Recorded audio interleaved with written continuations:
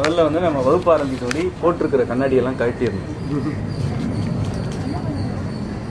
ஏன்னா வகுப்போட நோக்கமே கண்ணாடியை கழட்டுறது தான்.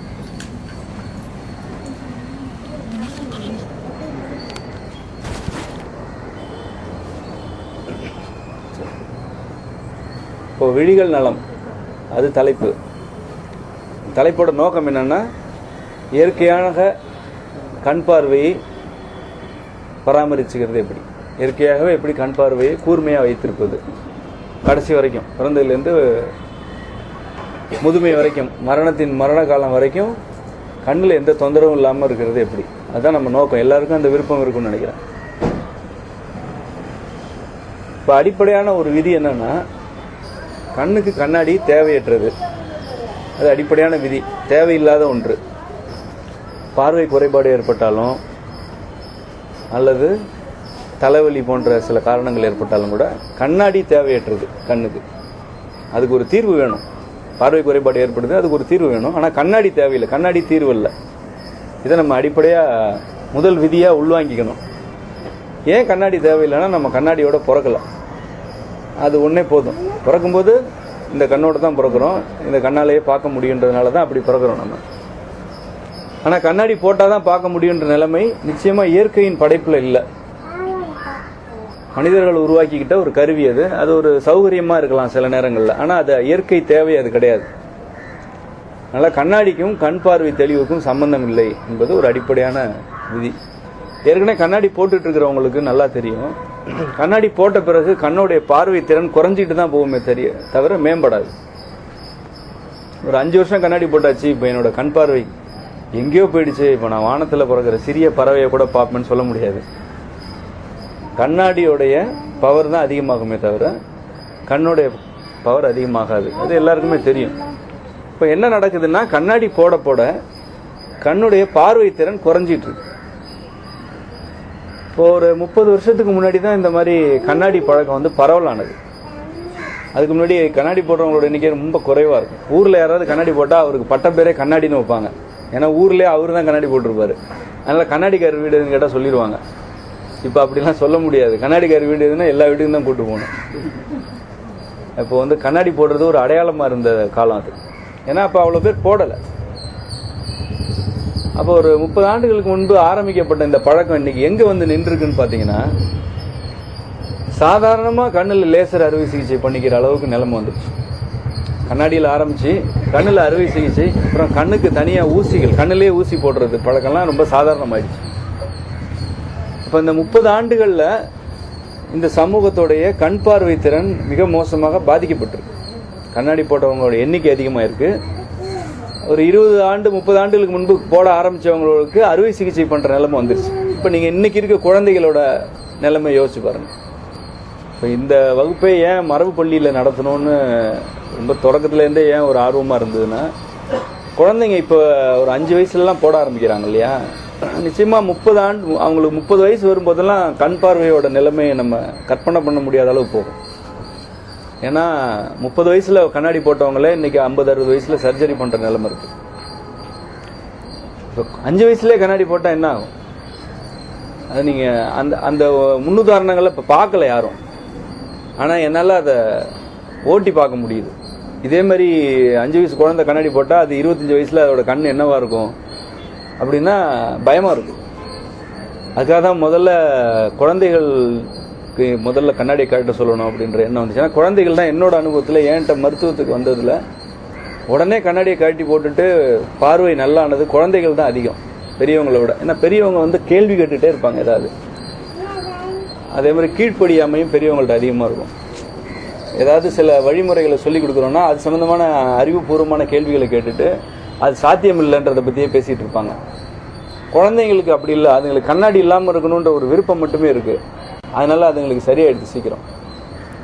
அதனால குழந்தைகளுக்கு நம்ம உடனடியாக செய்ய வேண்டிய முதல் கடமை என்னன்னா, அவங்களுக்கு பாடம் சொல்லி கொடுக்கறதெல்லாம் கூட அப்புறம், முதல்ல கண் பார்வையில் தொந்தரவு இல்லாமல் இயற்கையாக அவங்களுடைய கண் பார்வை இருக்கணும். அது வந்து ரொம்ப அடிப்படையான நம்முடைய கடமைன்னே நான் நினைக்கிறேன். அதனால் நீங்கள் இங்கே தெரிஞ்சுக்கிறத கடைபிடிங்க. நீங்கள் பக்கத்து வீட்டுக்காரங்க சொந்தக்காரவங்க எல்லாருக்கும் சொல்லுங்கள். இதில் யாரும் பெருசாக முரண்பட மாட்டாங்க. சுகருக்கு மாத்திரை நிறுத்த சொன்னால் தான் உங்கள்ட்ட சண்டைக்கு வருவாங்க. கண்ணாடியை காட்டுங்கன்னு சொன்னால் யாரும் பெருசாக முரண்பட மாட்டாங்க. அதனால் குறிப்பாக சிறுவர்களை பார்த்தீங்கன்னா உங்களுடைய கடமையாகவே செய்யுங்க. இந்த கண்ணாடியை காட்டுறதுக்கு வழிமுறைகளை சொல்லிக் கொடுங்க. இதுதான் இந்த வகுப்புடைய நோக்கம். இப்போ முதல்ல நம்ம கண்ணை பற்றி பார்க்க போகிறோம். ஆனால் கண்ணை பற்றி எதுவுமே நான் சொல்ல போகிறதில்லை, ஏன்னா எனக்கு கண்ணை பற்றி தெரியாது. இந்த கண்ணுக்கு ஆதாரமாக இருக்கக்கூடிய ஒரு உறுப்பு கல்லீரல். கல்லீரலை பற்றி தெரிஞ்சுக்கிட்டால் மட்டும்தான் கண் பார்வையை சரியாக வச்சுக்க முடியும். ஏன்னா நம்முடைய மரபு வழி மருத்துவத்தில் உடற்கூறியலில் கல்லீரலுடைய வெளிப்படுத்தும் உறுப்பாக தான் கண் இருக்கு. ஏற்கனவே அக்குப்ரெஷர் படித்தவங்களுக்கெல்லாம் தெரியும். மரம் மூலகத்துடைய வெளிப்படுத்தும் உறுப்பு கண். இப்போ ஒவ்வொரு உள்ளுறுப்பும் அதற்கான வெளிப்படுத்தும் உறுப்போட வடிவத்திலே இருக்கும்ன்றது நான் ஏற்கனவே சொல்லியிருப்பேன்னு நினைக்கிறேன். மூக்குன்னா நுரையீரலும் மூக்கும் ஒரே வடிவத்தில் இருக்கும், 2 பிரிவுகளாக இருக்கும். சிறுநீரகமும் காதும் ஒரே வடிவத்தில் தான் இருக்கும். உள்ள சிறுநீரகம் எப்படி இருக்கோ அப்படி தான் காது இருக்கும். மண்ணீரல் போலவே உதடு இருக்கும். அதுபோல் கல்லீரல் போலவே தான் கண் இருக்கும். ஒருத்தரோட கண் எப்படி இருக்கோ அதே மாதிரி தான் அவருடைய கல்லீரல் இருக்கும். இது எல்லா மனிதர்களுக்குமே பொருந்தும். கண்ணும் கல்லீரலும் ஒரே வடிவத்தில் இருக்கும். ஒரே வடிவத்தில் இருக்கிறது தற்செயலாக நடந்ததில்லை, அதுதான் படைப்பின் விதி. கல்லீரல் நலமாக இருந்தால் கண்ணு நலமாக இருக்கும். இப்போ கல்லீரல் நலமாக இருக்குன்றத எப்படி நம்ம உறுதிப்படுத்திக்கிறது? ஒன்று, யார் ஒருவருக்கு கண்ணில் எந்த விதமான தொல்லையும் இல்லையோ, பார்வை குறைபாடெல்லாம் விட்டுருங்க, அதெல்லாம் கடைசி. கண்ணில் அடிக்கடி வலி, கண்ணில் எரிச்சல், கண்ணில் அரிப்பு, கண்ணில் இருந்து நீர் வழிவது, அடிக்கடி கண் சிவந்து போவது அல்லது கண் மஞ்சளாவது, கண் வீக்கம் வருவது, கண்ணில் கட்டி வருவது, கண்ணுக்கு உள்ளே வருவது, கண்ணை சுற்றி வருவது, அப்புறம் கண் தொடர்பான தலைவலி, இந்த இடத்துல வலிக்கிறது. இதெல்லாம் யாருக்கெல்லாம் வரலையோ அவங்களுக்கெல்லாம் கல்லீரல் நல்லா இருக்கு.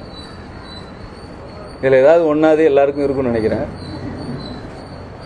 இதெல்லாம் கல்லீரலுடைய அழற்சி, கல்லீரல் அழற்சியுடைய அறிகுறிகள். கல்லீரலில் ஒவ்வாமை இருக்கு, அதனால ஏற்பட்ட தொந்தரவுகள்லாம். அப்போ கண்ணை பார்த்தாலே போதும், கல்லீரலை முடிவு பண்ணிடலாம் இது எப்படி இருக்கு அப்படின்னு. இந்த தொந்தரவுகள் எல்லாம் கண்ணில் ஏற்படும் பொழுது நாம கண்ணுக்கு மருத்துவம் பார்க்கறது தான் நம்ம செய்கிற, இந்த சமூகம் செய்கிற மிகப்பெரிய தவறு. கண்ணுக்கு மருத்துவம் பார்க்கும்போது என்ன ஆகுதுன்னா, முதல்ல நோயுடைய மூல காரணத்தை கண்டறியலை. ரெண்டாவது, கண்ணுக்காக மருத்துவம் பார்த்து கொடுக்கப்படுற மாத்திரைகள், அது எந்த மருந்தாக வேணாலும் இருக்கலாம், அது கல்லீரலை தான் பாதிக்கும். இப்போ கண்ணில் வலி வருது, இதற்காக ஒரு வலி நிவாரணை சாப்பிடும்போது கல்லீரல் கடுமையாக பாதிக்கப்படும். அப்போ என்ன ஆகிடுது, ஏற்கனவே கல்லீரலில் தொந்தரவுன்ட்டு தான் வலி வந்தது கண்ணில், ஆனால் அது கண்ணோட பிரச்சனை நினச்சிட்டு அதுக்கு ஒரு பெயின் கில்லர் சாப்பிட்டு இப்போ மேலும் கல்லீரல் பாதிக்கப்படுது. அதனால வலி அதிகமாகிட்டே இருக்கு. இப்படி ஒவ்வொன்றா சொல்லலாம். உங்களுக்கு தெரிஞ்ச மருத்துவ முறைகளில், மருந்து உள்ள மருத்துவ முறைகளில் கண்ணுக்கு தனியாக வைத்தியம் பார்த்தா அது கல்லீரலை கெடுக்கும். இப்போ நமக்கு எல்லாம் தெரியும், மஞ்சக்காமலை எப்படி கண்டுபிடிப்பாங்க, கண்ணை வச்சு கண்டுபிடிப்பாங்க. அது மட்டும் இல்லை, நல்ல மரபு வழி மருத்துவர்கள், நல்ல நாட்டு மருத்துவர்கள், நாடி கூட பார்க்க தெரியாமல் அனுபவ மருத்துவம் பார்க்குறவங்க கண்ணை வச்சு எல்லா நோய்களையும் கண்டுபிடிப்பாங்க. கண்ணை பார்த்து எல்லா நோய்களையும் கண்டுபிடிக்க முடியும். அதனால அனுபவத்தில் வரும். அப்புறம் கண்ணுடைய மூல உறுப்பு கல்லீரல்னு பார்க்குறோம். கல்லீரல் எதனால் பாதிக்கப்படும்? இப்போ நான் உணவு பழக்கத்தை பற்றி சொல்ல போகிறேன். அது சும்மா டிப்ஸு, சும்மா 2 நிமிஷத்தை சொல்லிடலாம். அதுக்கு அடிப்படையாக ஒன்று இருக்குது. நீங்கள் எதை வேணாலும் சாப்பிட்லாம், ஆனால் கல்லீரல் நல்லா இருக்கிறபடி உடம்பு படைக்கப்பட்டிருக்கு. அது எப்படி? முதல்ல பசியாக தான் சாப்பிட்ணும், அது எல்லாருக்கும் தெரியும் நினைக்கிறேன். பசி இருந்தால் மட்டும் சாப்பிடணும். பசிக்காமல் சாப்பிட்டா உடம்பே பாதிக்கப்படும். அதில் மிக மோசமாக பாதிக்கப்படுறது கல்லீரல் தான். சுமையை தாங்க முடியாது, அதால் கல்லீரல் கடுமையாக பாதிக்கப்படும். அதனால் பசித்தால் மட்டுமே சாப்பிடுவது ஒன்று. அதுக்கப்புறம் கல்லீரல் என்பது நேரடியாக மனதின் வெளிப்படுத்தும் உறுப்பு. இந்த 5 மூலகங்கள் பற்றி உங்களுக்கு அக்குப்ரெஷர்லாம் சொல்லி கொடுத்துருப்பாங்க. அதில் மனம் இருக்காது. அது உடம்பை பற்றின பஞ்சபூத கோட்பாடுன்றது உடம்பை பற்றியது. ஆனால் மனம் தான் இந்த 5க்கும் ஆதியானது. மனதிலேருந்து தான் உடம்பே உருவாகுது. அப்போது மனதுக்குன்னு ஒரு உறுப்பு இருக்கான்னு கேட்டால், என்னுடைய அனுபவத்தில், நான் தொடர்ந்து பார்த்துக்கிட்டே இருக்கிற அனுபவத்தில், மனதை ஒரு உறுப்பாக உருவகம் பண்ண முடியுமான இதயமோ மூளையோ கிடையாது, கல்லீரல் தான். கல்லீரல் தான் மனசு, மனசு தான் கல்லீரல், அப்படி சொல்லிட முடியும். ஏன்னா கல்லீரலோட துணை உறுப்பான பித்தப்பை இருக்கு, இதில் தான் பித்த நீர் சுரக்குது. இப்போ நம்ம பொதுவாக பித்த நீரை என்ன நினைக்கிறோம்னா அது உடம்புக்கு ஆகாது அப்படின்னு ஒரு பொதுவான புரிதல் இருக்கு. பித்தம் இல்லைன்னா இப்போ நான் இங்கே உட்காந்து பேசிகிட்டு இருக்க முடியாது, நான் பேசுறது உங்களுக்கு புரியாது. பித்தம் தான் சிந்தனையோட ஊற்று. பித்தம்ன்ற சுரப்பியே எதற்காக வருதுன்னா, இந்த உடம்புக்கு வெளியில் அறிவுக்கு அப்பாற்பட்டு, அதாவது நீங்கள் படித்தது, கேள்விப்பட்டது, நிரூபணமானது, இதுக்கெல்லாம் அப்பாற்பட்டு ஏதாவது ஒரு தகவல் உங்களை வந்து சேரணும்னா உடம்புல பித்தம் இருக்கணும். எல்லா செயல்பாடுகளுக்குமே சுரப்பிகள் இருக்குது. இப்போ உடல் உறவுக்கு ஒரு சுரப்பி இருக்குது, எளிமையான உதாரணம் நான் சொல்கிறேன். ஒரு சுரப்பி இருக்கு இல்லையா, நுரையீரலில் சுரப்பிகள் இருக்குது, அது அதிகமாக சுரந்தா சளின்னு சொல்கிறோம். எல்லாமே சுரப்பி இருக்கு இல்லையா, சர்க்கரைன்னு ஒரு சுரப்பி இருக்குது, இன்சுலின் ஒரு சுரப்பி இருக்குது, எல்லாமே சுரப்பிகள் வழியாக தான் நடக்குது. அதுபோல் பித்தம் எதற்கான சுரப்பின்னா,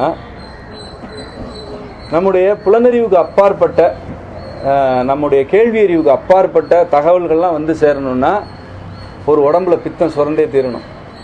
அது சுரந்தாதான் அந்த தகவல்லாம் வரும். அதனால தான் நம்முடைய மரபுவழி மருத்துவத்தில் அதை மரம்னு ஸ்பேஸோடைய உறுப்பாக வச்சாங்க. இப்போ மண்ணீரல் வந்து நிலத்துக்காகன்னு சொல்லுவாங்க. அது நமக்கு நிலத்தையும் கண்ணுக்கு தெரியுது, மண்ணீரலையும் கண்ணுக்கு தெரியுது, உதடும் தெரியுது.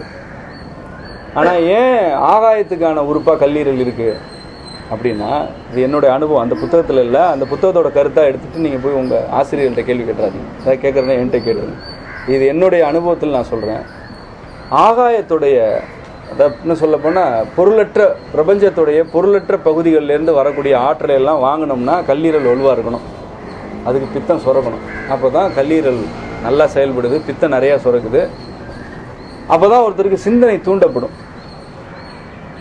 இதுக்கு நான் என்னோடய வகுப்புகளில் சொல்கிற உதாரணங்கள் வந்து, இந்த மாதிரி தீவிரமாக சிந்திக்கிறவங்களுக்குன்னு சில வினோத பழக்கங்கள், வழமைக்கு ஒவ்வாத சில பழக்கங்கள் இருக்கும். அதில் முதன்மையானது இரவு நேரத்தில் கண் விழிக்கிறது. ஏதாவது ஒரு எழுதணும் அல்லது ஏதாவது சிந்திக்க, நான் சொல்கிறது எனக்கு தூக்கமே வரலன்ற மன உளைச்சல் பற்றியெல்லாம் சொல்லலை. மனதை அமைதியாக வச்சுக்கிட்டே இரவு கண் முழிக்கிறது, பிடித்து கண் விழித்தல், எந்த தொந்தரவும் இல்லை, எதை பற்றி நாளையை பற்றி சிந்தனையெல்லாம் இல்லை. ஆனால் இரவு கண் விழித்து ஒன்றை எழுதுவது, இசையமைப்பது, இப்படி ஏதாவது ஒன்று, எதையாவது ஒன்றை பற்றி கண்டறிவுக்காக உட்காந்துருக்கிறது, ஏதோ ஒன்று.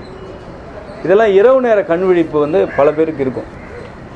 இந்த தர்க்கத்துக்கு அப்பாற்பட்ட வேலை செய்கிறவங்க பல பேருக்கு இரவு நேர கண் விழிப்பு. ஏன் இரவு நேரம் கண் விழிக்கிறாங்கன்னா, கண் விழிக்க வேண்டி இருக்குது அந்த உடம்பு, ஏன் அதுக்கு கட்டளை இடுதுன்னா, இரவு நேரம் கண் விழித்தால் தான் பித்தம் அதிகமாக சுரக்கும்.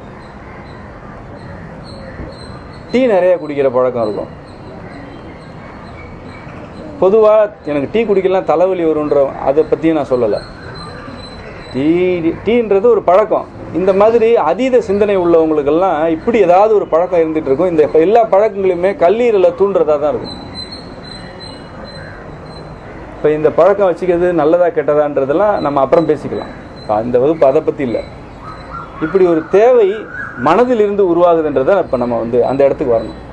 மனதிலிருந்து ஒரு தேவை உருவாகுது. ஒரு அதீதமான சிந்தனைக்கு ஆட்படும் பொழுது கல்லீரல் அதீதமாக தூண்டப்பட வேண்டியிருக்கிறது. பித்தப்பை அதிகமாக பித்த நீரை சுரக்க வேண்டியிருக்கிறது. பித்தம் அதிகமாக சுரக்கும் பொழுது தான் இது மாதிரியான செயல்பாடுகளில் ஈடுபட முடியுது. அது அவங்க தெரிஞ்சு செய்யலாம், தெரியாமல் செய்யலாம், அதெல்லாம் அடுத்தது. இன்னும் சில பேர் வந்து இந்த வறுத்த கடலை சாப்பிட்றதே ஒரு வழக்கமாக வச்சுருப்பாங்க. ஒவ்வொருத்தருடைய துறையில் அதிகமாக ஒரு சிந்தனை தேவைப்படுது, அதிகமாக தீவிரமாக சிந்திக்க வேண்டியிருக்குன்னா அந்த வறுத்த கடலை வந்து பித்தத்தை அப்படி தூண்டி விடும். வறுத்த கடலையும் டீயும் குடித்தா பித்தம் உடனே கிளம்பும். அது வறுத்த கடலை சாப்பிட்டே ஆகணும்பாங்க, என்ன பண்ண சாப்பிட்டே ஆகணும். இது ஒவ்வொருத்தருடைய பழக்கம். இது மாதிரி ஏதாவது ஒரு பழக்கம் யாருக்கு ஒவ்வொருத்தருக்கும் இருக்கும். இது பித்தம் அதிகமாக சுரந்தால் மட்டுமே நடக்கக்கூடியது தான் இந்த அதீத சிந்தனை. இப்போ பித்தம் வந்து கட்டுப்பாட்டிலே இருக்குது, அதிகமாக சுரக்கவே இல்லை, இந்த மாதிரியான எந்த பழக்கங்களுமே இல்லை. இப்போ மனதை எப்போவுமே அமைதியாகவே வச்சிட்டு இருக்காங்க. அவங்களுக்கு அதீதமான சிந்தனைகள் வருதுன்னா அது ரொம்ப உச்சகட்டமான நிலை, அதெல்லாம் ரொம்ப அரிதான நிலை. ஆனால் பரவலாக இருக்கக்கூடிய பழக்கத்துக்கு பித்தம் தேவைப்படுதுன்றது நம்ம புரிஞ்சுக்கணும். இந்த பித்தம்ன்ற வார்த்தை பித்தான்றது வார்த்தை வந்து சிவபெருமானை குறிக்கிறதுக்கு பயன்படுத்தப்பட்டது. படிச்சிருப்பீங்கன்னு நினைக்கிறேன். பித்தா பிறை சூடின்னு எழுதுனது. பித்தன்கிறது வந்து சிவபெருமானுடைய ஒரு ஒரு சித்தனாக தோன்றிய வடிவத்தை குறிக்கிறதுக்காக பயன்படுத்துகிற வார்த்தைகள் அது ஒன்று. அதாவது எந்த தர்க்கமும் இல்லாமல் அப்படியே திரிஞ்சிட்டு இருக்கிற ஒரு நிலையை தான் பித்து நிலைன்னு சொல்லுவாங்க. இப்போ இதுக்கு பின்னாடி எல்லாம் இந்த மாதிரியான பொருள் இருக்கு. இப்போ நம்ம இந்த மாதிரி பித்தம் அதிகமாக தூண்டப்பட்டு கல்லீரல் பலவீனம் அடையும் பொழுது என்னெல்லாம் நடக்கும் அப்படின்னா, செயற்கையாக தொடர்ந்து பித்தம் தூண்டப்பட்டுட்டே இருக்குன்னா நிச்சயமாக கல்லீரல் அழற்சி வரும், மஞ்சக்காமாலை போன்ற நோய்கள் வரும், அதுக்கப்புறம் செரிமான கோளாறு வரும், வயிறு உப்பம், அதெல்லாம் வேற. எல்லாத்துக்கும் அடிப்படையாக பாதிக்கப்படுறது கண் பார்வை. கண் பார்வை கடுமையாக பாதிக்கப்படும். சாயங்காலம் கண்ணு தெரியாது. முன்னாடியெல்லாம் நீங்கள் கேள்விப்பட்டிருப்பீங்க, இந்த மாலை நேரத்தில் மட்டும் மாலை கண்ணுமாங்க. அதுதான் சாதாரணமாக, அதுவும் எல்லாருக்கும் இருக்காது. அப்படி தான் ஒரு நோய் இருந்துச்சு. ஏன்னா அது என்ன காரணம்னா, இப்போ இந்த வெளிச்சத்தில் தான் நம்ம பொருள்களை காண்றோம். எவ்வளோ வெளிச்சம் இருக்கோ அந்த அளவுக்கு பொருள் காண்றோம். வெளிச்சம் மங்க மங்க அவங்களுக்கு பார்வை குறைபாடு ஏற்படுது அப்படின்னா அவங்களுடைய கண் பார்வை வெளிச்சத்தை நம்பி இருக்கு. இப்போ நம்முடைய இயல்பான கண் பார்வை அப்படி கிடையாது. இருளையும் பார்க்கும், ஒளியையும் பார்க்கும். அதிகபட்சமான பிரச்சனையாக முன்னாடி இருந்ததுன்றது ஒளி இல்லாத இடத்துல கண்ணு தெரியாது, அவ்வளோதான். ஒளி வந்துச்சுன்னா கண்ணு தெரிஞ்சிடும். அப்போ ஒரு பார்வை திறனில் குறைபாடு இருந்துச்சு, அவ்வளோதான். இதுதான் அதிகமாக இருந்துச்சு. ஆனால் தொடர்ந்து பித்தம் தூண்டப்படும் பொழுது, தொடர்ந்து கல்லீரல் பாதிக்கப்படும் பொழுது பார்வை திறனில் பெரிய குறைபாடு ஏற்பட்டுட்டே இருக்கும். இந்த நாள் தேவாரம் பாடிய மூவரில் சுந்தரர் கண்ணாடி வச்சிருந்தாருன்னு தெரியுமா உங்களுக்கு? சுந்தரர் வந்து அவருக்கு ஒரு ப்ராப்பர்ட்டி லிஸ்ட் இருக்கு, கையில் வச்சிருந்த பொருள்கள் பட்டியல் இருக்கு, அதில் கண்ணாடியும் ஒன்று. அவர் தான் பித்தா பிறை சூடின்னு பித்தை பற்றி பாடினவர். மீதி யாரும் கண்ணாடி போட்டதா குறிப்பு இல்லை. அவர் கண்ணாடி போட்டிருக்காரு. கண்ணாடி அப்பவே இருந்தது. கண்ணாடி அதை விட பெரிய கண்ணாடியெல்லாம் இருந்தது. அப்பெல்லாம் வந்து சும்மா அந்த தூரத்துலேருந்து சின்ன எழுத்துக்களை பார்க்க முடியலன்னா உறுப்பு இருக்கிறதுக்காக வச்சுப்பாங்க. இந்த மாதிரி அடிப்படையாக எதிரில் இருக்கிறத யாருன்னு தெரியலன்றதுக்காக போட மாட்டாங்க. ஆனால் கண்ணாடி இருந்தது. அதில் அந்த இறையியலாளர்கள்லேயே கண்ணாடி வச்சுருந்ததா குறிப்பு இருக்கிறது அவருக்கு மட்டும்தான். அவர் தான் பித்தை பற்றி பாடினார். அதுக்கு தான் அந்த விளக்கம் சொன்னேன். ஒரு பக்கம் அவர் பாடின தேவாரங்கள்லாம் அதீத மனநிலைக்கு போனால் தான் பாட முடியுன்றதெல்லாம் நமக்கு தெரியும், சாதாரணமாக செய்ய முடியாது. ஆனால் அதோட விளைவுகளில் ஒன்று, அவருக்கே சிவபெருமானுடைய தோழனுக்கே கண் பார்வையில் தொந்தரவு, அதனால் கண்ணாடி வச்சுருந்தாரு. அந்த இது என்னன்னா, கல்லீரலை எப்படி நம்ம கையாளுறோம், நம்ம அந்த கல்லீரலை என்னவா புரிஞ்சுக்கிறோம் அப்படின்றது முக்கியம். இப்போ நம்ம கல்லீரலை பற்றி அதை நல்லா வச்சுக்கணும் அப்படின்ற புரிதலுக்கு வந்து அதை போட்டு டார்ச்சர் பண்ணுறதுல இறங்கிடக்கூடாது. போனதுலேருந்து கல்லீரலை குளிர்ச்சியாக வைத்துக் கொள்வது எப்படி அப்படின்னு எதையாவது படித்து பார்த்துட்டு அதை போட்டு தொந்தரவு பண்ணிடக்கூடாது. நான் ஏன் இந்த பித்து பற்றி சொன்னேன்னா, முதல்ல ஒரு விஷயத்த நம்ம புரிஞ்சுக்கணும். எந்த உறுப்பு எப்பொழுதுமே சராசரியான வேலை செய்யும் அப்படின்னு ஒரு கேள்வி கேட்டிங்கன்னா, ஒரு உறுப்பு கூட அப்படி கிடையாது. எல்லா உறுப்புமே மனிதர்களுடைய இயல்புக்கு தகுந்தா போல அப்நார்மலான வேலையை தான் செய்யும். நுரையீரல் அதுக்குன்னு ஏதாவது ஒரு ஸ்ட்ரக்சரலாக இப்படி தான் இயங்கணும், ஃபங்க்ஷனிங் இருக்கும். ஆனால் அப்படி யாருக்கு இயங்கும்? இப்படி இயங்கவே சில பேருக்கு மாடியில் ஏறினா தான் பிடிக்கும், ஓடுனா தான் பிடிக்கும், சில பேருக்கு தொங்குனா தான் பிடிக்கும், சில பேர் ஏசிலே இருப்பாங்க. அப்போ அவங்களுக்கெல்லாம் நுரையீரல் சராசரியாக இயங்காது. ஒன்று கூட இயங்கும், குறைச்சி இயங்கும். அதனால் ஒரு உறுப்பு அதிகமாக இயங்குது குறைவாக இயங்குதுன்ற கணக்குகளை முதல்ல தூக்கி போட்டுருங்க.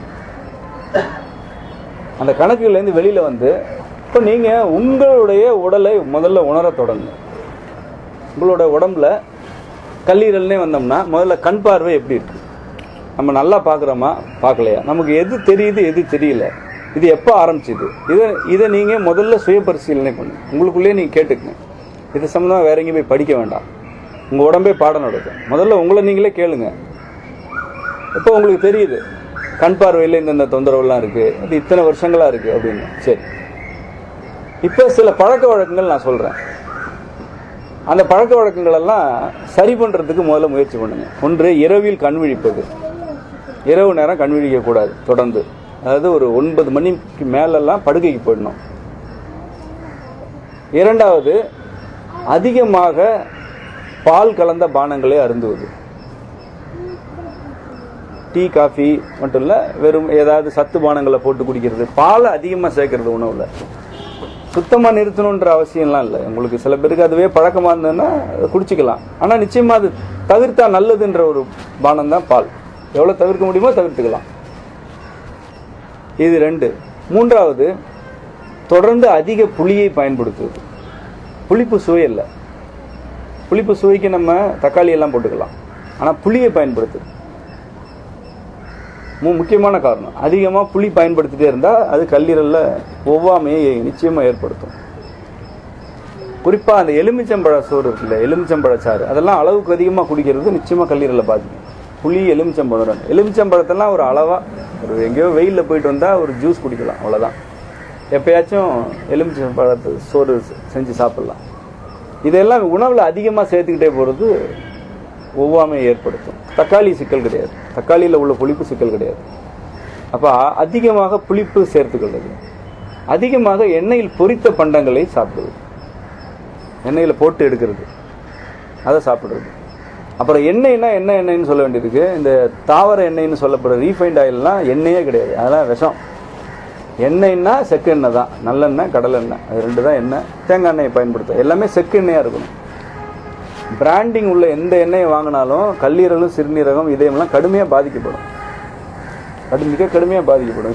இப்போ அது சம்மந்தமாக நிறைய கட்டுரைகள்லாம் வந்துகிட்டு இருக்கு. இப்போ கூட சொல்கிறேன், அந்த கட்டுரைகள்லாம் போய் படிச்சிடாதீங்க. உங்களுக்கு உண்மையிலே தெரிஞ்சுக்கணும்னு நினச்சா அந்த எண்ணெயெல்லாம் எதில் செய்யறதுன்னு அந்த எண்ணெய் கம்பெனிகள்கிட்டே அவங்களோட வெப்சைட்லேயே பாருங்கள், அது எதுலேருந்து எடுக்கப்படுது அப்படின்னு. இதெல்லாம் உண்மையிலே எடிபிள் ஆயில்னு பேர் தானே தவிர அதெல்லாம் உண்ணத்தகாத எண்ணெய் தான். அது வெறும் நல்லெண்ணெய், கடலெண்ணெய் இதை பயன்படுத்தும் பொழுது கல்லீரலோ இல்லை உடல் உறுப்பு எதுவுமே கடுமையாக பாதிக்கப்படாது. ஏன்னா அதுகளுக்கு சுத்திகரிக்கிற வேலை கிடையாது, ரொம்ப குறைவு. ஆனால் சுத்திகரிக்கப்பட்ட எண்ணெயை பயன்படுத்தும் பொழுது, அதில் பொரித்த உணவு சாப்பிடும் பொழுது கல்லீரல் கடுமையாக பாதிக்கப்படும்.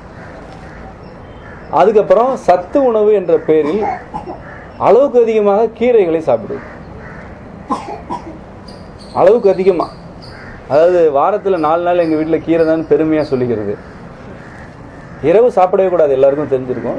பகல் நேரத்தில் கூட அளவுக்கு அதிகமாக சாப்பிட வேண்டியது. ஏதோ வாரத்துக்கு 1 நாள் 2 நாள் அப்படின்னு அப்படி வச்சா சீரான உணவு. அது கீரையெல்லாம் செரிக்காது, சீக்கிரமாக செரிக்காது. அதுவும் நகர வாழ்க்கை முறையில் செரிக்கிறதுக்கான வேலையெல்லாம் யாரும் செய்யறதில்லை, உடல் உழைப்பு குறைவு. நீங்கள் ஒரு மீன் சாப்பிட்டா கூட மீன் வந்து காலையில் மலத்தில் முழுசாக வராது, மீன் துண்டெல்லாம் வராது. ஆனால் கீரை அப்படியே வரும். முருங்கீரை, அகத்திக்கீரை எல்லாம் அப்படியே முழுசாக வரும், செரிக்காது. கீரை செரிக்கிறதுக்கு உடலில் வெப்ப ஆற்றல் அதிகமாக வேணும். அவ்வளோ வெப்ப ஆற்றலை உடம்பு உற்பத்தி பண்ணிச்சுன்னா அது கல்லீரலை பாதிக்கும்.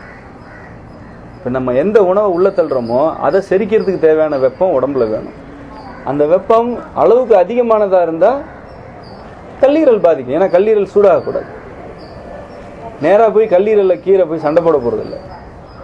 உணவை செரிக்கிறதுக்கு தேவையான சுரப்பிகளும் வெப்பமும் அதிகமாக சுரந்துன்னா அது கல்லீரலையும் பாதிக்கும், கல்லீரலும் மோசமாக பாதிக்கும். அப்போ கீரை ஒன்று, கீரை வந்து கவனமாக பயன்படுத்தணும். அப்புறம் இப்போ வர்ற கீரைகள் இருக்குல்ல, அது எல்லாமே உங்களுக்கு வந்து நீங்கள் சாப்பிட்றதுக்கு முதல் நாள் வரைக்குமே அதில் நஞ்சு தெளித்து தான் கொண்டு வருவாங்க. இல்லைன்னா உங்களுக்கு அவ்வளோ பச்சையாக வந்து சேராது. வாங்கும்போதே பூச்சியே இல்லைன்னு சந்தோஷப்பட்டீங்கன்னா நீங்கள் பாவம்.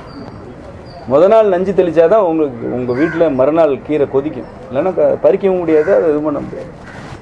இயற்கைக்கு கீரை வாங்குறன்ற பேரில் அதையும் தினமும் போட்டு சாப்பிடாது, அது 2வது. அப்போ இந்த உணவு பழக்கங்கள் இது எல்லாத்தையும் விட மிக முக்கியமாக தினசரி பச்சை தண்ணியில் தலை குளிக்கணும் காலையில். அது யாரோ அன்னைக்கு சொன்னார், காலையிலன்னு சேர்த்து சொல்லுங்க அப்படின்னாரு. அப்புறம் அவ்வளோதான். தினசரி தலையில் பச்சை தண்ணியை ஊற்றணும். இதுதான் எல்லாத்த விட முக்கியம். நீங்கள் என்ன சேட்டை பண்ணாலும் இதில் சரியாயிடும். ஏன்னா உச்சந்தலை குளிர்ந்தே தீரணும். எல்லா மனிதர்களுக்கும் தினசரி குளிரணும். ஒரு நாளைக்கு ஒரு முறையில் உங்கள் உடம்பு சூடாக இருந்தால் 4-5 தடவை கூட குளிக்கலாம். உடம்பு சூடாக இருக்க மாதிரி இருக்கப்பெல்லாம் போய் குளிச்சிடணும். உடம்பு அப்படி சூடாகக்கூடாது. தினசரி பச்சை தண்ணியில் காலையில் தலை குளிக்கும் பொழுது, ஒருவேளை இரவு கண் விழித்திருந்தாலும், ஒருவேளை முதல் நாள் உணவில் ஏதாவது ஒவ்வாமை இருந்தாலும், இந்த மாதிரி எல்லாம் தொந்தரவு இருந்தால் கூட அது சரியாயிடும். உடம்பு நல்ல இயல்பான வெப்பநிலைக்கு, குளிர்ச்சி நிலைக்கு வந்துடும். அது கல்லீரலை குளிர்ச்சியாக வச்சுக்கிறதுக்கு அது அற்புதமான பழக்கமே அந்த குளிக்கிறது தான், பச்சை தண்ணியில் குளிக்கிறது. அதனால் வெந்நீரை மட்டும் தலையில் ஊற்றிடவே கூடாது. வெந்நீரை தொடர்ந்து தலையில் ஊற்றிட்டு இருந்தால் நிறைய உறுப்புகள் வெப்பமாகும். அதில் கல்லீரலும் மிக மிக முக்கியமானது. அது கால ஓட்டத்தில் பல தொந்தரவுகளை ஏற்படுத்திடும். இப்போ இந்த பழக்க வழக்கங்கள்லாம் பசிச்சா சாப்பிட்றது, பால் உணவுகளை குறைச்சி, பால் உணவுனா தயிர்லாம் சொல்லலாம். பால் இந்த டீ காஃபி மாதிரி சூடானது சொல்கிறேன். தயிர் மோர்லாம் சேர்த்துக்கணும். அதெல்லாம் உடலுக்கு நல்ல உணவு. தயிர், மோர், வெண்ணெய், நெய் இதெல்லாம் அற்புதமான உணவுகள். இன்னும் சொல்லப்போனால் நல்ல குளிர்ச்சி வேணும்னா நீங்கள் சாப்பிடும் போதெல்லாம் ஒரு ஸ்பூன் நெய்யை ஊற்றி பிசைஞ்சு வெறும் சாதத்தில் நெய் மட்டும் போட்டு சாப்பிட்டுட்டு அப்புறம் ஏதாவது குழம்பு ஊற்றிக்கலாம். அது அவ்வளோ சிறந்த உணவு. தயிர் சாப்பிடலாம். தயிர், நெய், வெண்ணெய் இந்த மாதிரி இதெல்லாம் வாங்கும்போது நீங்களே பால் வாங்கி உறவு, இப்போ பாக்கெட் பால் தான் கிடைக்குதுன்னா இல்லை இருக்கிறதுல ஆவின் பரவாயில்ல, முடிஞ்ச வரைக்கும் பசும்பால் வாங்கி பயன்படுத்துங்க. வீட்டிலே உறவு ஊற்றிக்குங்க. கம்பெனியில் பாக்கெட்டில் உள்ள எதுவுமே அது உண்மையான தயிரும் கிடையாது, வெண்ணெயும் கிடையாது. இது போன்ற உணவு பழக்கங்கள் இப்போது பாலை தவிர்க்கணும், குறைச்சிக்கலாம் நிச்சயமாக. தயிர், வெண்ணெய், நெய், மோர், பால் தவிர மற்ற. அதுக்கப்புறம் என்ன காரணம்னா இது நம்ம முன்னோர்கள் பாலை குடிக்க மாட்டாங்க, ரொம்ப குறைவு. சில பேர் தான் குடிப்பாங்க, அரிதாக கொடுப்பாங்க. ஆனால் தயிர், மோர், நெய்யை அதிகமாக பயன்படுத்தாங்க. என்ன காரணம்னா அது செரிமானம், ஒவ்வொன்றும் ஒவ்வொரு படிநிலையில் செரிச்சிருக்கு, அவ்வளோதான். அந்த உரகுத்தும் போது தயிர் ஆகிடுது. தயிர்ன்றது செரித்த வடிவம், பாலுடைய செரிமானமான வடிவம். அதில் நுண்ணுயிரிகள்லாம் பெருகி அதை சிதைக்க ஆரம்பிச்சிருச்சு. இப்போ அது ஒரு பாதி செரித்த உணவாயிடுது. அதில் தண்ணி ஊற்றி நல்லா ஆற்றும்போது அது நீர்த்து போயிடுதா, இன்னும் நல்லா முக்கால்வாசி செரிச்சிருச்சு. அதுலேருந்து நீங்கள் வெண்ணெயை மட்டும் எடுத்து வச்சிட்டிங்கன்னா அது திரட்சியான ஊட்டச்சத்து. அதோடைய சத்து பூரா ஒரு சின்ன ஒரு லிட்டர் தயிரில் இருக்கக்கூடிய வெண்ணெய் இப்போ சும்மா ஒரு சின்ன கிண்ணத்துக்கு வந்துருச்சு. அது அதே அளவு குளிர்ச்சியும், அதே அளவு வெப்பமும், அதே அளவு ஆற்றல் எல்லாமே இப்போ அதில் இருக்குது. அதை உருக்கும் பொழுது, இப்போ நம்ம அடுப்பில் வச்சு உருக்குறோம் இல்லையா, வெண்ணெயை உருக்கும்போது அது நல்ல வெப்பம் செயல்பட்டு அந்த மூலக்கூறுகள் எல்லாம் விரிவடைய செஞ்சிடும். அப்போ செரிக்கிறதுக்கு சுலபமாயிடும். வெண்ணெயாக இருக்கிறப்ப செரிக்காது. இப்போ வெண்ணெய் அப்படியே சாப்பிட்டிங்கன்னா செரிக்காது. அதனால் நம்ம வெண்ணெய் அப்படியே சாப்பிட மாட்டாங்க யாரும். அது ஏதாவது ஆசைக்கு குழந்தைகளுக்கு கொடுக்குறதோடு சரி, மருந்தாக பயன்படுத்தலாம், தெரிஞ்சு பயன்படுத்தலாம். ஆனால் நெய்யை தான் பயன்படுத்துவோம். பாலை குறைவாக பயன்படுத்தினாங்க, வெண்ணெயை குறைவாக பயன்படுத்தினாங்க, தயிரையும் நெய்யையும் அதிகமாக பயன்படுத்தினாங்க. இது எவ்வளோ பெரிய அறிவியல்! உடம்பை பற்றி எவ்வளோ விவரம் தெரிஞ்சால், இயற்கை பொருள்களை பற்றி எவ்வளோ விவரம் தெரிஞ்சால், இதுதான் நுண்ணுயிரிகளை பற்றி படிப்புன்னா நம்ம வெளிநாட்டுக்காரன்லாம் இங்கே பால் நெய்யாகிற வரைக்கும் உள்ள இந்த படிமுறைகளை படித்தாலே அவனுக்கு நுண்ணுயிரி செயல்பாடை பற்றி நம்ம ஆட்களுக்கு எவ்வளோ தெரிஞ்சிச்சின்னு தெரியும். அது தெரியாமலாம் அதை அப்படி ஒரு முறையை கண்டுபிடிக்கல. அதனால் நெய் எளிதில் செரிக்கும், மோர் நல்லா செரிக்கும், பாலும் வெண்ணையும் செரிக்கிறதுக்கு சிரமப்படும் உடம்பு. அப்போ இதெல்லாம் அளவாக பயன்படுத்தணும். அந்த நெய்யெல்லாம் அதிகமாகவே பயன்படுத்தலாம். எவ்வளோ தேவையோ உங்களுக்கு அது திகட்டவும் செய்யும், அதிகமாகவும் சாப்பிட முடியாது. இப்போ இது உணவில் இது முக்கியமானது. அதுக்கப்புறமா இரவு கண் விழித்தலை முடிஞ்ச வரைக்கும் தவிர்க்கணும். 9:30க்கு மேலே படுக்கைக்கு போய்டுறது நல்ல பழக்கம். காலையில் ஒரு 5 மணி 5:30க்கு எந்திரிச்சிடுறது அதை விட ரொம்ப நல்ல பழக்கம். அப்புறம் தலை குளிக்கிறது, புளி எண்ணெய் வகைகளை கவனமாக கையாளுறது, இதெல்லாம் ஒன்று. அப்புறம் கண்ணில் தொந்தரவு இருக்கிற காலத்தில், இப்போ இதெல்லாம் நம்ம இந்த உணவு பழக்கத்தெல்லாம் கடைபிடிக்க தொடங்குறீங்க. இப்போ முதல்ல செய்ய வேண்டியது கண்ணாடியை கழட்டுறது. கண்ணாடியை எப்படி கழட்டுறதுன்னா, கழட்டின உடனே கண்ணு தெரிஞ்சிடாது, சரியாயிடாது. கழட்டினோன்னா சில தொந்தரவுகள் இருக்கும். அதாவது உங்களுக்கு தூரத்தில் இருக்க தெரியாது, அல்லது சில பேருக்கு பக்கத்தில் இருக்க தெரியாது, அல்லது பூச்சி பறக்கிற மாதிரி இருக்கும், வெள்ளை திரை போட்ட மாதிரி இருக்கும். இதெல்லாம் அறிகுறி, அதெல்லாம் விட்டுருங்க. இப்போ அப்படி இருக்குது. இது சரியாகணுன்றதான் விருப்பம். இந்த விருப்பத்தை அடையணும்னா நீங்கள் செய்ய வேண்டியது என்னென்னா, எவ்வளோ நேரம் கண்ணாடி போட்டிங்களோ அந்த நேரத்தை குறைச்சிக்கிட்டே இருக்கிறது. இப்போ கண்ணாடி போடுறவங்களோட ஒரு பழக்கமாக என்ன இருக்குன்னா, தேவையில்லாத இடங்கள்லையுமே போடுறது. இப்போ பார்த்தீங்கன்னா, இப்போ இங்கே உள்ளே வந்தோடனே போட்டுட்டு இருந்தீங்க பாருங்கள், இப்போ இங்கே தேவையில்லை தானே. இப்போ என்னென்னா, உங்களை அறியாமல் அது ஒரு உடம்போட அங்கமாக ஆயிடுச்சு. இதுலேருந்து வெளியில் வரணும். இப்போ ஏதோ படிக்கிறீங்கன்னா படிக்கிறப்ப மட்டும் போடணும். அப்புறம் கான்சியஸாக கழட்டி வச்சிடணும். முடிச்சோடனே தான் கேள்வி கேட்கணும்.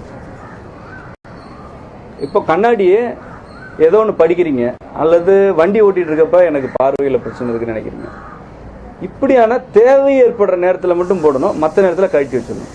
இதுதான் முதல் பயிற்சி நீங்கள் செய்ய வேண்டியது. அதை விட்டுட்டு எப்பொழுதுமே போட்டுட்டே இருந்தீங்கன்னா இந்த கண்ணு இயற்கையா பார்க்கறதுக்கு பழகாது.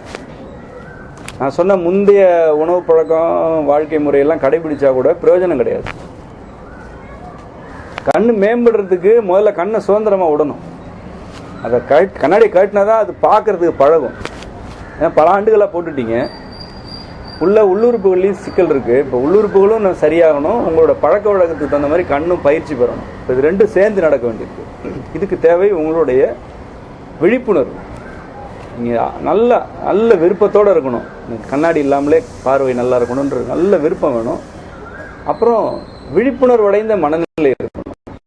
அடிமையாக இருக்கக்கூடாது. ஒரு பொருளுக்கு அடிமையாக ஒரு கண்ணாடியை தூக்கி மாட்டினாதான் தெரியும், அல்லது அது இல்லைன்னா எனக்கு ஏதோ மாதிரி இருக்குன்னா அந்த அடிமைத்தனத்திலேருந்து வெளியில் வந்து நல்ல விழிப்புணர்வு அடைந்த ஒரு மனநிலையில் இருக்கணும். அப்போ நீங்கள் என்ன செய்வீங்கன்னா தேவையான நேரத்தில் போடுவீங்க, தேவையில்லாத காட்டுவீங்க. இப்படியே செஞ்சிட்டு இருக்கும்பொழுது நீங்கள் படிக்கும் பொழுதும் வெளியில் போகும் பொழுதும் கண்ணாடியோடைய பயன்பாடு உங்களுக்கு குறைய தொடங்கும். அப்படி தான் கண்ணாடியை காட்டுறாங்க.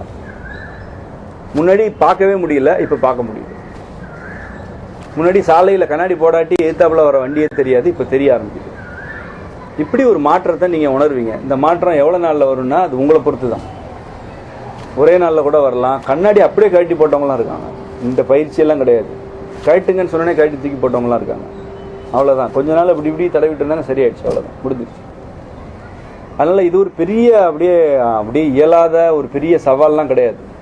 இனிமே இந்த கண்ணாடி என்கிட்ட தொலைஞ்சு போச்சு, என்கிட்ட கண்ணாடி வாங்க காசு இல்லை அப்படின்னு முடிவு பண்ணிக்கணும். அப்படி ஒருத்தர் இருந்தால் என்ன பண்ணுவார்? கண்ணு தெரிஞ்சுதானே ஆகணும்.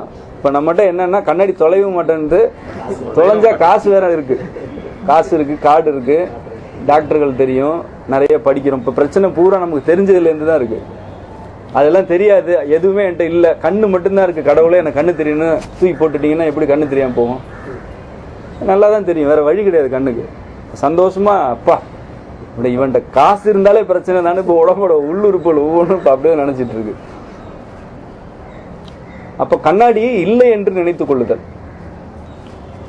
இல்லை இருக்குன்னு தாங்க நான் நினைப்பேன்னா அதை குறைவா பயன்படுத்துறது.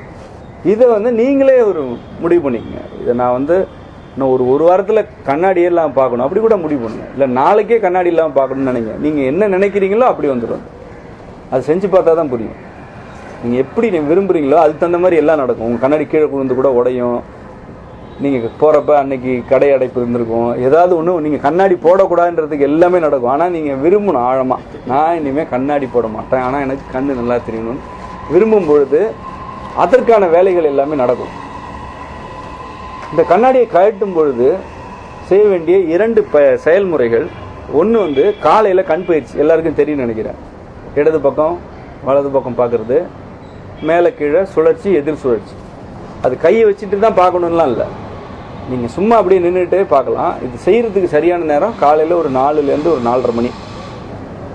இரவு நல்ல நேரத்தோடு தூங்கிட்டு காலையில் 4லேருந்து அதிகபட்சம் 5 மணிக்கு காலையில் இந்த பூமியில் ஒரு ஆற்றல் கிடைக்கும். அந்த நேரத்தில் அந்த ஆற்றலுக்கும் உங்களுடைய கண் பார்வைக்கும் மட்டும் இல்லை மொத்த உடம்புக்குமே உறவு இருக்குது.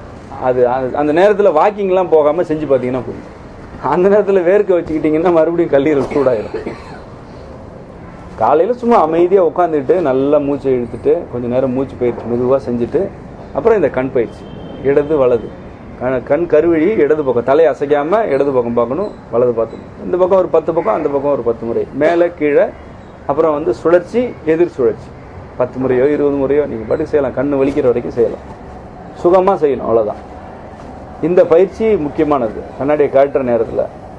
2வது, ஒரு வெள்ளை துணியில் ஈரத்தை நினச்சிக்கணும். பகலில் எப்பெல்லாம் வாய்ப்பு இருக்கோ அப்பெல்லாம் கண்ணை நினச்சிக்கிட்டே இருக்கணும். ஈரத்தை நல்லா புழிஞ்சிட்டு, அது எப்போவுமே ஈரமாக இருக்கணும். இந்த 2 கண்ணும் ஈரமாயிட்டே இருக்கணும். எப்போ பார்த்தாலும் காய நீங்கள் ஒத்தடம் கொடுத்துட்டே இருக்கணும். இந்த 2 தொடர்ந்து செய்யணும். காலையில் கண் பயிற்சி, பகல் நேரத்தில் ஈரத்துணி ஒத்தடம் கண்ணுக்கு. இது இல்லாமல் பொன்னாங்கண்ணி ஒத்தடம் ஒன்று இருக்குது. இதெல்லாம் சளி பிடிக்கிறப்ப செய்யக்கூடாது. இப்போ நான் சொல்ல போகிறத சளி இல்லாதப்ப செய்யணும். பொன்னாங்கண்ணி கீரையை வாங்கி நல்லா அரைச்சி மருதாணி மாதிரி எடுத்துக்கணும். ஒரு கை மருதாணி பதம் இருக்கு இல்லையா, அந்த மாதிரி எடுத்துக்கணும். ஒரு கை எடுத்து தொப்புள் பகுதியை சுற்றி அடை மாதிரி தட்டிடணும். தொப்புளை சுற்றி எவ்வளோ தூரம் நீங்கள் தட்ட முடியுமோ மருதாணி தட்டுற மாதிரியே தட்டிடணும். அப்புறம் 2 கால் கட்டை விரல்லையும் மருதாணி போடுற மாதிரி போட்டுக்கணும்.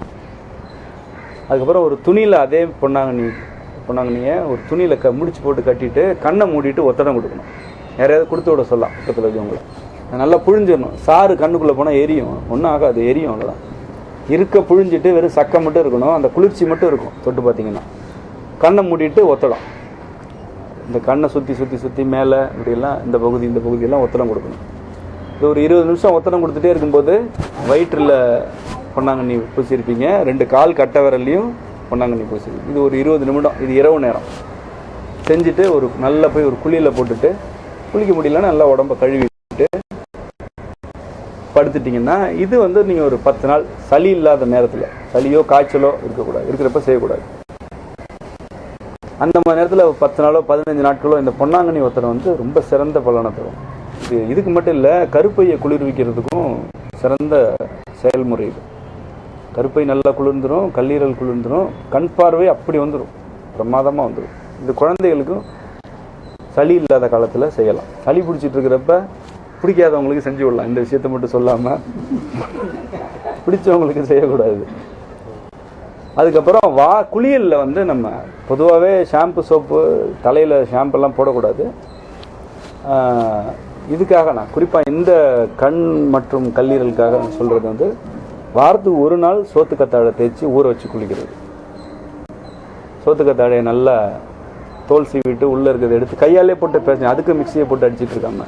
சும்மா கையாலே ஒரு குண்டானில் போட்டு பிசைய வேண்டியதான். பிசைஞ்சு தண்ணி ஊற்றி நல்லா குழன்னு வந்துடும். எடுத்து உச்சந்தலையிலேருந்து உள்ளங்கால் வரைக்கும் பூசிட வேண்டியது. நல்லா பூசிட்டு ஒரு 15 நிமிஷம் காலை வெயிலில் நிற்க முடிஞ்சு நின்னீங்கன்னா நல்லது. இல்லைன்னா வீட்டில் வெயில் வராது வீட்டுக்குள்ளேன்னா கொஞ்சம் காத்தோட்டமாக இருந்துடும். பாத்ரூம்குள்ளேயே இருக்கக்கூடாது. அது அவ்வளோதான், சளி பிடிச்சிடும். அது உலரணும். அது வந்து வெயிலால் இழுக்கப்படணும் அல்லது காற்றால் இழுக்கப்படணும். உச்சந்தலையிலேருந்து உள்ளங்கால் வரைக்கும் சோத்துக்கத்தாழை வாரத்துக்கு ஒரு நாள் செஞ்சால் போதும்.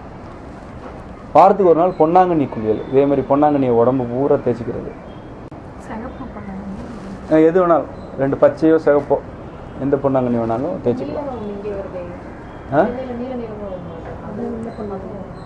அது எல்லாத்த பற்றியுமே தனியாக தான் வகுப்பு எடுக்கணும் போல இருக்கு. சரி, நான் சொல்கிறேன், அப்புறம் சொல்கிறேன். கேள்விகள்லாம் முடித்தோடனே கேளுங்க. பொன்னாங்கண்ணியே அதே போல் தலையிலேருந்து உள்ளங்கால் வரைக்கும் ஊற வச்சுக்க. கத்தாழை பொன்னாங்கண்ணி இது ரெண்டும் எல்லாரும் செய்ய வேண்டிய அவசியம் இல்லை. இந்த மாதிரி உடல் சூடு அதிகமாக இருக்கிறவங்க, அப்புறம் கண் பார்வை மேம்படணும்னு நினைக்கிறவங்க, அவங்க 2 பேருக்கும் இந்த 2 குளியல் ரொம்ப பெரிய உதவியாக இருக்கும். இது போக உணவில் நம்ம என்ன சேர்த்துக்கலாம், எதெல்லாம் தவிர்க்கணும்னு நான் சொல்லிட்டேன். எதெல்லாம் கூடுதலாக நன்மை தரும் அப்படின்னா, மருந்தாக பயன்படுத்துறதுக்கு உடல் சூடாக இருக்கிற காலத்தில் பொன்னாங்கண்ணி கீரையை வெறும் வாயில் சாப்பிட்றது. வெறும் வயிற்றில் ஒரு பிடி பொன்னாங்கண்ணி, அது வந்து ஒரு மூலிகை மருந்துன்னு ஒரு புத்தகத்தில், ரொம்ப பழைய காலத்து புத்தகம், அது நான் படித்த வாசனை எனக்கு ஞாபகம் இருக்குது. இந்த பொன்னாங்கண்ணியை வந்து ஒரு மண்டலம் சாப்பிட்டு வந்தால் பகலில் நட்சத்திரம் பார்க்கலாம் அப்படின்னு போட்டுருந்துச்சு. ஆமாம், நான் அப்படிலாம் ஒரு மண்டலம்னா பொன்னாங்கண்ணி நான் சாப்பிட்டேன். நான் இது சொல்கிற எதையுமே நான் செய்ய மாட்டேன், மருந்தா செய்ய மாட்டேன். எல்லாருக்கும் இது தேவையில்லை, தேவைப்படுறவங்களுக்கு செய்யலாம். ஆனால் சூரியனை நல்லா பகல் நேரத்தில் உத்து பார்க்க முடிஞ்சிச்சு என்னால். நீங்கள் நல்லா இந்த ஒரு சில பயிற்சிகளுக்குள்ளே வந்துட்டிங்கன்னா பகல்லே அப்படியே எதிரில் நின்று பார்த்துடலாம். உள்ளே இருக்கக்கூடிய அந்த முட்டையோட மஞ்சக்கரு அவிச்சா இருக்கும்ல, அந்த வண்ணத்தில் ஒன்று இருக்கும், அதை பார்க்க முடியும். இப்படி நேராகவே பார்த்துடலாம், ஒன்றும் பண்ணாது. அது வந்து நம்முடைய அடிப்படையாக நம்ம விருப்பத்தில் தான் இருக்குது. இந்த பயிற்சியெல்லாம் 2வது. ஆனால் கண்ணாடியை கழட்டணும் அப்படின்ற ஒரு முயற்சியில் இருக்கிறவங்க, கண் பார்வை இப்போ தொந்தரவாக இருக்குது, என்ன பண்ணுறதுன்னு தெரியலன்றவங்க இது எல்லாத்தையுமே கடைபிடிக்கலாம். சளி இல்லாத காலங்களில் பொன்னாங்கண்ணி ஒரு பிடி இவ்வளோ போதும். ஒரு நபருக்கு அவங்க கையால் ஒரு பிடி பொன்னாங்கண்ணியை வாயில் போட்டு சும்மா காலில் மென்று சாப்பிட வேண்டியது. அப்படியே சாப்பிடணும், நம்ம பச்சையா அதையும் சாப்பாடு ஆக்கிடக்கூடாது. அதுதான் வெறும் வயிற்றுலன்னு சொல்கிறேன். வெறும் வயிற்றில் சாப்பிட்ற எல்லாமே மருந்து. இப்போது அப்படியே சாப்பிட முடியலன்னா நீங்கள் அதை வந்து சாறு எடுத்துடலாம். கொஞ்சம் நாட்டு சர்க்கரை கலந்து, 1 டம்ளர் சாறு, பொன்னாங்கண்ணி சாறு நாட்டு சர்க்கரை கலந்து குடிக்கலாம். இது நீங்களே கீரை வாங்கி நீங்களே செய்யணும். வாக்கிங் போகிற இடத்துல இருக்குன்ட்டு வாங்கி குடிச்சிடாதீங்க. ஏற்கனவே கத்தாழையெல்லாம் இப்படி பண்ணிடுச்சு மக்கள். கத்தாழை வாழைத்தண்டு சாரை பூரா நீங்கள் கம்பெனிக்கு கொடுத்துட்டீங்க. இதையும் கொடுத்துட வேண்டாம்.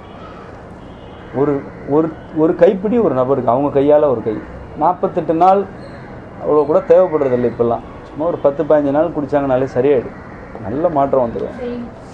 டெய்லி சளி பிடிக்கவே இல்லைன்னா 48 நாள் குடிச்சிங்கன்னா ரொம்ப அற்புதம். அதுக்கப்புறம் நீங்கள் வாழ்க்கையில் இதெல்லாம் சிந்திக்க வேண்டியதில்லை. அப்படி ஒரு கல்லீரலுக்கு ஒரு வலு கிடச்சி. பொன்னாங்கண்ணி சாறு அல்லது அப்படியே சாப்பிட்றது. இது காலையில். குளியலில் கற்றாழை குளியல், பொன்னாங்கண்ணி குளியல் 2 முறை இருக்குது. ஒத்தடம் பொன்னாங்கண்ணி ஒத்தடம் வயிற்றுலலாம், இதெல்லாம் எல்லாத்தையும் செஞ்சிட்டு இருக்க வேண்டாம். இவ்வளோ இருக்குது. இதில் உங்களுக்கு எதெல்லாம் வாய்ப்பாக இருக்கோ, உங்களுக்கு எது பிடிச்சிருக்கோ, செய்கிறப்ப எது இதமாக இருக்கோ அதை மட்டும் செய்யுங்க. எல்லாத்தையுமே அப்படியே ஒரு ப்ராக்டிஸ் பண்ணணும்னு நினச்சிட்டு செய்ய வேண்டாம். கண் பயிற்சி ரொம்ப முக்கியமானது. அந்த கண் பயிற்சியும் நீர் ஒத்தடமும் தான். வெறும் துணியில் தண்ணி நினச்சி கண்ணுக்கு ஒத்தடம் கொடுத்துக்கிறது, இதெல்லாம் ரொம்ப எளிமையானது. நேரம் இருக்கப்போ இந்த மாதிரி குளியல் முறைகளையும் நீங்கள் கடைபிடிக்கலாம். இப்போ உணவில் சேர்த்துக்க வேண்டிய இந்த மாதிரி உடல்நிலை இருக்கும்போது எதெல்லாம் அதாவது உணவாக எதெல்லாம் உடலுக்கு நல்லது அப்படின்னா, வெள்ளை பூசணிக்காய் இருக்குல்ல, அந்த ரோட்டில் போட்டு உடைக்கிறோம்ல அப்படி சொல்லணும். அது அது ஒரு அற்புதமான மருந்து. அதை உணவில் சேர்த்துக்கலாம். அது கூட்டு மாதிரி பண்ணி சேர்த்துக்கலாம். ரொம்ப நல்ல குளிர்ச்சி. நிறைய பல உடல் தொந்தரவுகளுக்கு அது ஒரு மருந்து. அது வெறும் உணவே கிடையாது, அது பெரிய மருந்து. அதை எடுத்துக்கலாம். அதுக்கப்புறம் நான் ஏற்கனவே சொன்ன தயிர்லாம் சேர்த்துக்கலாம். கரும்பு சாறு ஐஸ் போட்டு குடித்தாலும் பரவாயில்ல, ஐஸ் இல்லாமல் குடிக்கிறது நல்லது. ஐஸ் போட்டு தான் கிடைக்குதுன்னா பரவாயில்ல. வெறும் கரும்பு சாறு நல்ல வெயில் அலையும் போது கரும்பு சாறு குடிக்கிறது மருந்தாக வேலை செய்யும். அதிகமாக சூடான உடலுக்கு, குறிப்பாக கல்லீரலை குளிர்ச்சிப்படுத்துறதுக்கு அது ஒரு சிறந்தது. அப்புறம் மாதுளம் பழச்சாறு, அது பல விஷயங்களுக்கு அது மருந்து, இதுக்கும் அது சிறந்த மருந்து. மாதுளை சாறு பகலில் குடிக்கலாம். இரவு உணவோடு சேர்த்துக்கிறது நல்லது. இரவு உணவில் ஒரு 2 இட்லியை குறைச்சிட்டு அதுக்கு பதிலாக மாதுளம் பழச்சாறு. இரவு உணவில் மட்டும் இந்த பழங்களை சொல்லும்போது உணவை குறைச்சிட்டு சொல்லுங்கன்னு சொல்கிறதுக்கு காரணம் என்னென்னா, நான் எப்போவுமே அப்படி தான் சொல்லித்தரவும் சொல்லுவேன் எங்கள் சிகிச்சை மையங்கள். ஏன்னா ஏற்கனவே எடுத்து கட்டி சாப்பிட்டுட்டு வயிறு முட்டை சாப்பிட்டுட்டு அதுக்கு மேலே ஜூஸை வேற ஒரு சொம்பு குடித்தா கல்லீரல் கதறிடும். எது உடம்பே கதறும். அதில் பாவம், அது ராத்திரி ஓய்வு எடுக்க வேண்டிய நேரம். அதனால் உணவை கொஞ்சம், இதுவும் உணவு தான், பழங்களும் உணவு தானே.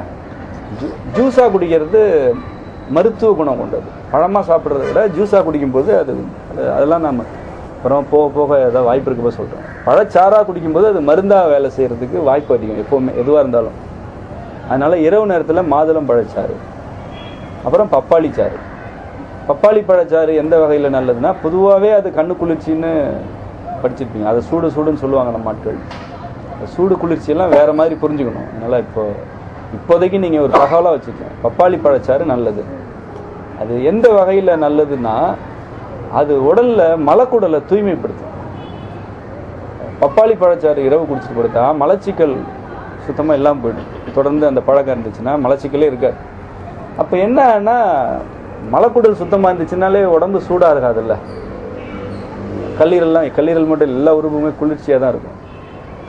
அதனால் பப்பாளி சாறு, மாதுளம் பழச்சாறு, இது 2ம் இரவு நேரத்துக்கு நல்லது. வேறு எதுவும் செவ்வாழை சாப்பிடலாம். வாழைப்பழங்கள்லேயே எல்லா வாழைப்பழமும் ஒன்றும் கிடையாது. ஒவ்வொரு பழத்துக்கும் ஒரு குணம் உண்டு, மருத்துவ குணம் உண்டு. இல்லை, செவ்வாழை ரொம்ப சிறந்த உணவு. அப்படி இல்லைன்னா நல்ல தேன்கதில் இனிப்பான பழம், புளிப்பில்லாத வாழைப்பழம் சாப்பிடணும். இதெல்லாம் மருத்துவமாக கடைபிடிக்கணும்னா, இல்லைன்னா எந்த பழம்னாலும் சாப்பிடலாம். மருத்துவமாக கடைபிடிக்கணும்னா மாதுளை, பப்பாளி, செவ்வாழை 3 சிறந்தது. சரியா? இப்போ இந்த உணவு பழக்கங்கள் எல்லாம் கடைபிடிச்சிட்டு குளியல் முறை இதெல்லாத்தையும் சேர்த்து செஞ்சிங்கன்னா கண்ணாடியை தூக்கி போட்டுடலாம். கண் பார்வை மேம்பாடு அடைஞ்சிருச்சு, எனக்கு இது போதும், எனக்கு இப்போ எந்த பிரச்சனையும் இல்லைன்னா, இப்போ நான் சொன்ன உணவு பழக்கங்கள் எல்லாம் பஸ்ட்டாக சாப்பிட்றதுன்றதை மட்டும் வச்சுட்டு மீதி எல்லாத்தையும் விட்டுடலாம். அப்புறம் நீங்கள் உடலில் எந்த தொந்தரவுமே இல்லைன்னா எல்லாத்தையும் சாப்பிட்லாம், கிடைக்கிற உணவெல்லாம் சாப்பிடலாம். ஆனால் உடலில் தொந்தரவு இருக்கும்போது அந்த உடல் தொந்தரவுடைய மூல காரணம் என்னன்னு தெரிஞ்சுட்டு அதுக்கு தகுந்தாற் போல் உணவு பழக்கத்தை மேற்கொள்ளணும். நான் சொல்கிறது எல்லாமே எப்போ பார்த்தாலுமே நீங்கள் இப்படியே தான் சாப்பிடணுன்றதுக்காக இல்லை, அப்படியெல்லாம் கிடையாது. குறிப்பிட்ட காலம் உங்களுக்கு இந்த தொந்தரவெல்லாம் சரியானதுக்கப்புறம்